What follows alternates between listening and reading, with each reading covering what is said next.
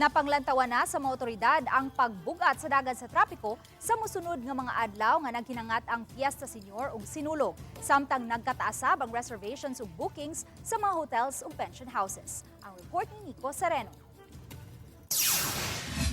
Gipamutangan na og mga red o gold flags ang kadalanan sa syudad sa Mandaue. Gikan sa boundary sa may barangay Subang Dako, nataura nagsugod sa mga flags nga baton ang Santo Niño colors. Ang maungdan, rota sa traslasyon o ang pagbalhin unya sa imahen sa balaang bata ug sa Birhen sa Guadalupe nga himuon karong Enero 17. Samtang napanglantawa na usab sa taga-Traffic Enforcement Agency of Mandaue Contim ang pagbugat sa dagat sa trapiko sa musunod nga mga adlaw.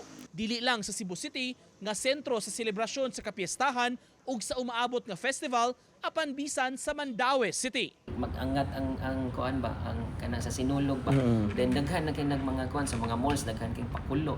So ang ako lang gyud ana is kanang follow lang gyud ta og traffic rules kay nya di lang gyud nato ipasulabi ang kainit sa kay natural gyud na gyud nga volume ang traffic. Sa ilang bahin, ang grupo sa mga negosyante nang hinautsab sa maayong epekto sa ekonomiya ug turismo nga dala sa festival dinhi sa probinsya. Mother of all festivals, and we are very proud of the of Sinulog driving tourism here, and it's also one of the key factors that we can not only the festival will be showcased, but also the beautiful islands. Sa impormasyong nakuha sa Mandaue Chamber of Commerce, gikan usab sa Hotels, Resorts and Restaurants Association of Cebu, nagkataas ang mga reservations alang sa Sinulog Festival. Bisan sa Mandaue, moabot kuno sa 70% na nga puno ang mga bookings labi na sunod simana. As per HRAC's, what HRAC mentioned, and some of my friends who own the hotels, and it's getting there.